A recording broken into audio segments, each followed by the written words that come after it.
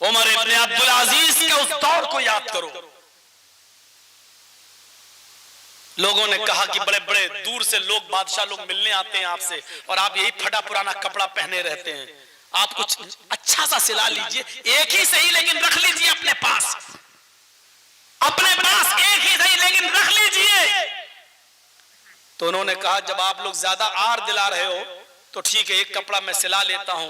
उन्होंने 8 दिरहम निकाले, और नोट करो मेरी बात को, कितने? 8 दिरहम। मैं किसी को भी खड़ा करके पूछ सकता हूं कि कितना बताया। 8 दिरहम निकाले और अपने गुलाम से कहा जाओ बाजार से कोई कपड़ा लेके आ जाओ, मैं सिला लूंगा। उनका गुलाम जब कपड़ा लेकर आया तो कपड़ा देखकर कहने लगे, हैं इतना अच्छा कपड़ा लाए हो, इतना खूब, इतना नरम, इतना अच्छा कपड़ा, कितने का? 8 दिरहम का। कब मैं इतना अच्छा कपड़ा पहनूंगा? नहीं नहीं नहीं, इसको वापस कर दो और 6 दिरहम वाला ले आओ। 8 दिरहम का नहीं, 6 दिरहम का कपड़ा ले आओ। 2 दिरहम बचेंगे, गरीब की चूल्हा जलने के काम आ जाएगा। किसने कहा? उमर इब्न अब्दुल अजीज ने। गुलाम रोने लगा। उसने कहा कपड़ा मुझे पहनना है, रो तू रहा है? गुलाम कहने लगा अमीरुल मोमिनीन, मैं सिर्फ इसलिए रो रहा हूं, आज आप 8 दिरहम के कपड़े को कह रहे हैं इतना अच्छा कपड़ा। जब आप अमीरुल मोमिनीन नहीं थे, खलीफा नहीं बने थे, तो आप अपनी जिंदगी जब जी रहे थे तो एक दिन आपने मुझे 800 दिरहम दिए थे। अब सुनिए, 8 में और 800 में कितना फर्क है। आपने मुझे 800 दिरहम दिए थे और कहा था कि मार्केट से, बाजार से कोई कपड़ा लेकर आओ। अमीरुल मोमिनीन जब मैं 800 दिरहम का कपड़ा लेकर आया था तो आपने उस दिन 800 दिरहम का कपड़ा देकर कहा था कि मैं इतना घटिया कपड़ा पहनूंगा। तुम्हें यही कपड़ा मिला था, मैं इतना बुरा कपड़ा पहनूंगा। आपने वो कपड़ा मेरे मुंह पे मार दिया था और 200 दिरहम और देकर कहा था 1000 दिरहम वाला कपड़ा लेकर आओ। जाओ इसको वापस कर दो और 1000 दिरहम का कपड़ा लेकर आओ। मैं इतना घटिया कपड़ा नहीं पहनूंगा। कल तक आपको 800 दिरहम का कपड़ा घटिया लगता था, आज वो खलीफा बन गया, अमीरुल मोमिनीन बन गया, आज उसको 8 दिरहम का कपड़ा भी बढ़िया नजर आ रहा है, 8 दिरहम का कपड़ा भी उसको अच्छा लग रहा है और 6 दिरहम का कपड़ा पहनना चाहता है। अमीरुल मोमिनीन अब खलीफा बनने के बाद इस हद तक नीचे चले जाएंगे। सादगी में मुझे मालूम नहीं था, इससे तो बेहतर कपड़ा आप उस वक्त पहनते थे जब आप अमीरुल मोमिनीन नहीं थे। अमीरुल मोमिनीन की आंखों में आंसू आ गए। उमर इब्न अब्दुल अजीज कहते हैं मेरे खादिम, लोगों ने मुझे अमीरुल मोमिनीन बना दिया है, अब मुझे अल्लाह का डर है, अल्लाह का खौफ है। अगर मेरे दौरे हुकूमत में, अगर मेरे अमीरुल मोमिनीन के जमाने में अगर एक भी गरीब घर में चूल्हा नहीं जल सका, एक भी गरीब का बच्चा भूखा सो गया, तो कयामत के दिन उसका हिसाब किताब मुझसे लिया जाएगा, तुमसे नहीं लिया जाएगा। लोगों की जिम्मेदारी ने मेरे सारे नक्शे खत्म कर दिए, मेरे सारे ठाट बाट खत्म कर दिए। अब मुझे 6 दिरहमी का पहनना पड़ेगा। जाओ इस कपड़े को बदल दो और 6 दिरहम का कपड़ा लाओ, 2 दिरहम बैतुल माल में जमा कर देना, ये किसी गरीब के चूल्हा जलने के काम आ जाएगा। ये था अमीरुल मोमिनीन। हम तुम्हें नमूना देख रहे हैं। यहां लोग चाय चाय चाय चाय के नाम पर इख्तिदार में आ गए और इख्तिदार में आने के बाद 10 लाख का सूट पहनकर ओबामा का स्वागत कर रहे हैं। सूरत देखिए, कल तक कहते थे चाय, और वो रिपोर्ट बताती है कि किसी स्टेशन पे इसने चाय बेची नहीं। अब अल्लाह जाने वो रिपोर्ट झूठी के, अब आगे कुछ नहीं बोलूंगा। मेरे भाइयों जरा तसव्वुर करो आप। अच्छा, काम करने वाले वो नहीं देखते हैं। हमारे चौकीदार साहब का हाल क्या मालूम है? उनके जेब में जो पेन है आपको उसकी कीमत नहीं मालूम, 1 लाख से भी ऊपर है जो कलम, जो पेन है। और केजरीवाल जो दिल्ली में है वो सिर्फ 5 रुपए वाला कलम रखता है।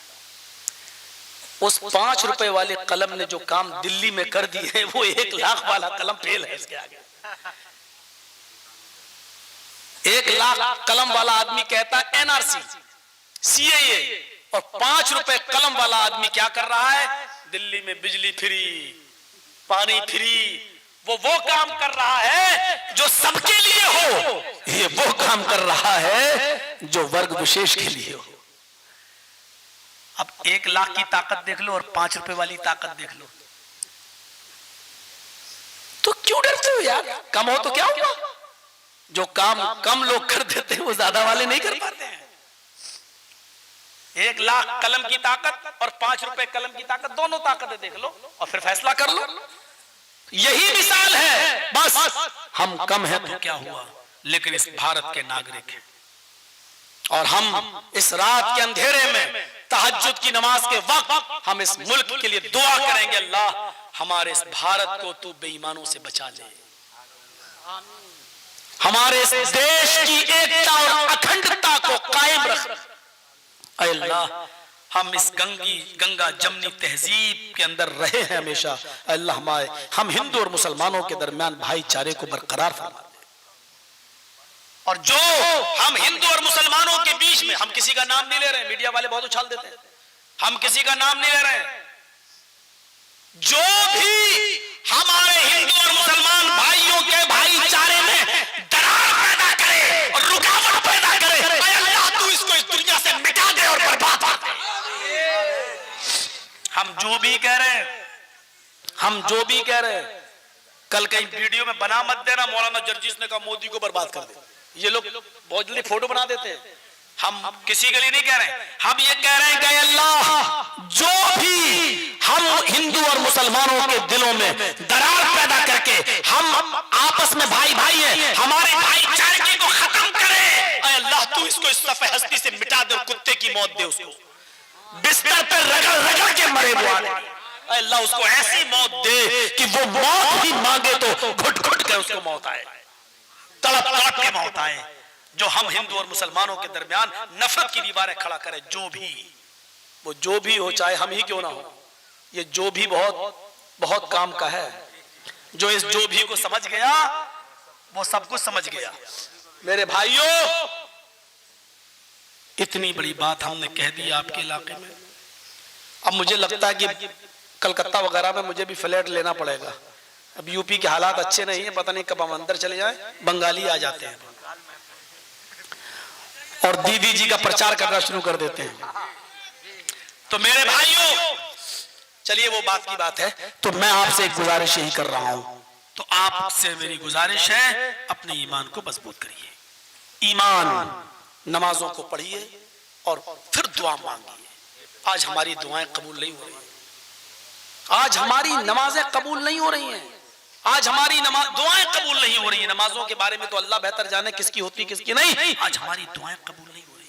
क्यों? आज हमने अक्ल हलाल छोड़ दिया है, आज हमने हराम की तरफ नजरें दौड़ाना शुरू कर दी है। माल आए, कहीं से भी आए, कैसा भी आए, इतना याद रखिए कि इन्नल्लाह तय्यबुन व यक़बलु तय्यब, अल्लाह पाक है और पाक चीज को पसंद करता है। हम चाहे एक ही लुक़मा हराम का खाते हैं, फिर दुआ मांगेंगे तो अल्लाह कबूल नहीं करेगा। हमें अपने रिज़्क़ को हलाल करना चाहिए, फिर नमाज़ें पढ़िए। या अय्युहल्लज़ीना आमनुस्तईनू बिस्सब्रि वस्सलाह, ईमान वालों, सब्र और नमाज के जरिए अल्लाह से मदद मांगो। मुसलमानों, सब्र करना भी सीखो। हम नहीं कह रहे हैं जिहाद अभी ऑप्शन नहीं है। हम नहीं कह रहे हैं जिहाद अभी ऑप्शन नहीं है।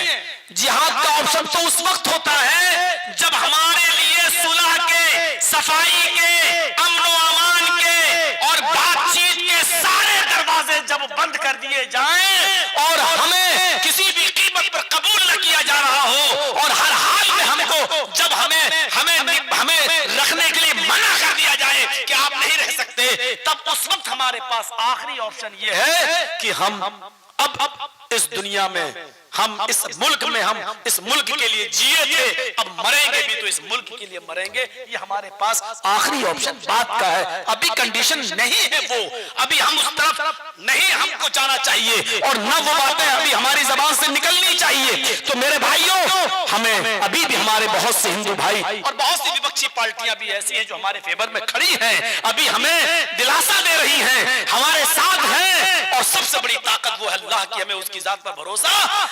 वअलल्लाहि फलियतवक्कलिल मोमिनून, मोमिन तो वो हैं जो सिर्फ अल्लाह ही की जात पर भरोसा करते हैं, अल्लाह ही की जात पर। लेकिन याद रखिए, हम दूसरों को तो बहुत गाली दे रहे हैं, मौलाना जर्जीस दूसरों के बारे में तो बहुत बुरा बोल रहे हैं, लेकिन ये जो बिल पास हुआ है, आपको मालूम है, ये दूसरों की वजह से नहीं, इसमें हमारे भी 14 लोग गद्दार हैं।